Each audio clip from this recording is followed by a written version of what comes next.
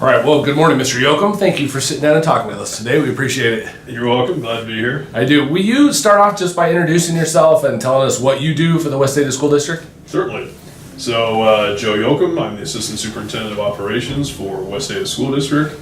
And what I do is oversee a number of departments, facilities and construction, transportation, school nutrition, health services, work with the calendars.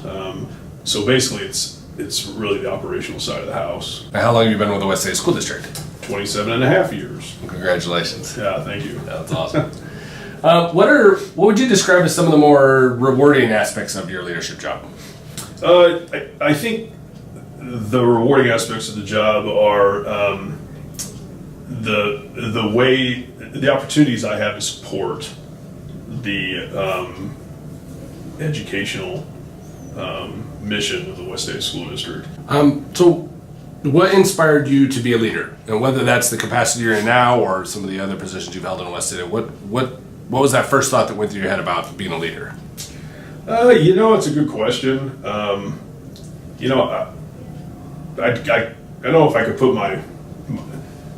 I could identify any one single thing. I think it's just, growing up, it seemed like I just felt, even when I was a kid, it was just almost I'd like to kind of, either, not so much lead, but help with any task that was available, whether it was at playing sports or in a job that I held. And I would say it was just kind of a natural feeling to want to I guess get out in front, whatever the task might be. It certainly wasn't anything that was ego driven. It just always felt kind of natural to not stay back from anything, but to, when there was an opportunity to step forward and try something new and kind of see how it worked out. In recruiting for leadership, what is it that you look for in leaders? The ability to make decisions and support those decisions, I think, is really, really important for any leader. It's not an easy job by any stretch. Regardless of what the position might be, making decisions that impact others is tough, because I think for the most part, I think most people if they're in a position of leadership and they're making decisions, they want to, make everybody happy, but that can't happen. And I think if someone tries to do that, I think that's where a leader can become ineffective. Was there ever a time in your leadership career where your idea of what made a good leader changed? Absolutely. Probably when I became an assistant principal. I think, and this is just for me personally, I think there's this, I guess, a natural inclination when one starts in a leadership position that they might feel that they have to do it all, or maybe they don't take enough time to gather all the facts before they reach some sort of decision. So I think for me, it was early on, just learning some pretty good and tough lessons about not taking enough time to gather facts before making a decision or before addressing a situation. And those things can be painful lessons sometimes. Yeah. But I would say that was definitely something I learned, over 20 years ago. Don't jump to conclusions. Take the time that's necessary to, talk to others if necessary to gather the facts before either coming to a conclusion or taking it further than that. What time as a leader, and maybe, I don't need specific names or incidents or anything, but can you think of a time as a leader where you said to yourself, I'm never ever going to let this happen to me again?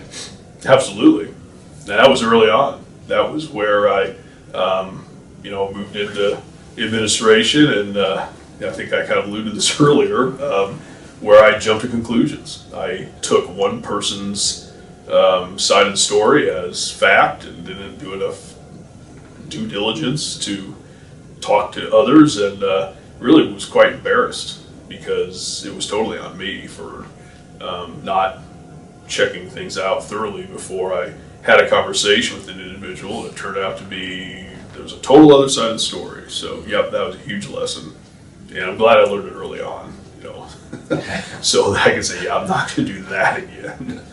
So I think it's always best just to listen to what someone might share, ask some questions, some clarifying questions, and then if need be, then take it further, but gather facts before you have any sort of conversations past that.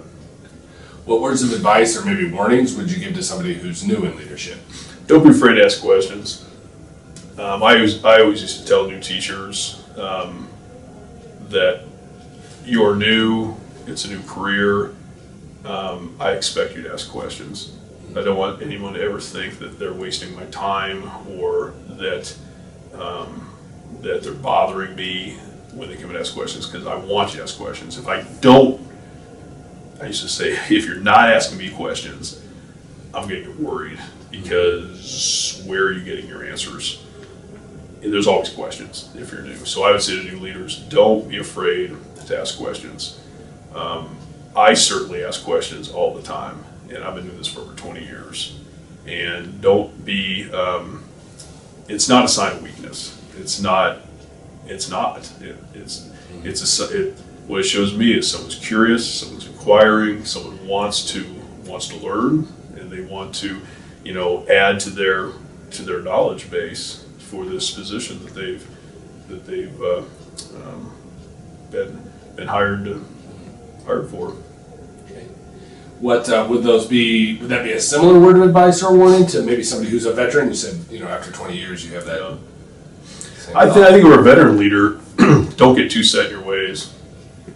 I think being fluid in your leadership and how you've made decisions in the past. Times change. So in leadership, there's this idea of leadership as a career, or leadership as an organization to a degree, and lots of different leadership roles that people play across the world. How do you think that some of those might differ, like say in comparison to leadership positions in business versus leadership in education?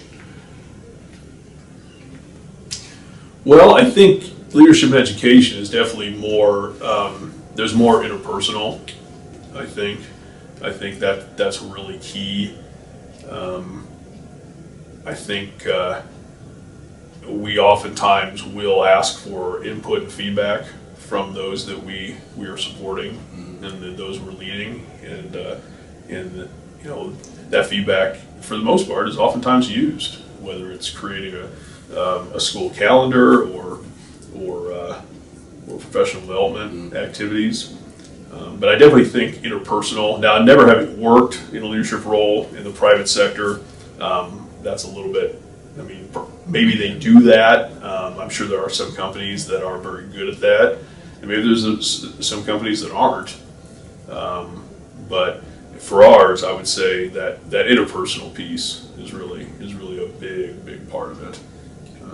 And I think that's important, that there's not this line of demarcation between the decisions that are being made and those that the decisions impact. And that's always going to happen. But again, giving reasons why those decisions are made, and if there is the opportunity for feedback asking for it or input, I think that goes a long way towards a successful organization. Is there anything else you want to tell those folks in the class, all those up and inspiring leaders? Well, good luck, and hopefully what I've said today will help in some small way. And there's no shortage of good books on leadership, so I would encourage you to explore those and read what you can, and then ask a lot of questions when you get in those roles. All right, well, thank you, Mr. Yochum. Appreciate it.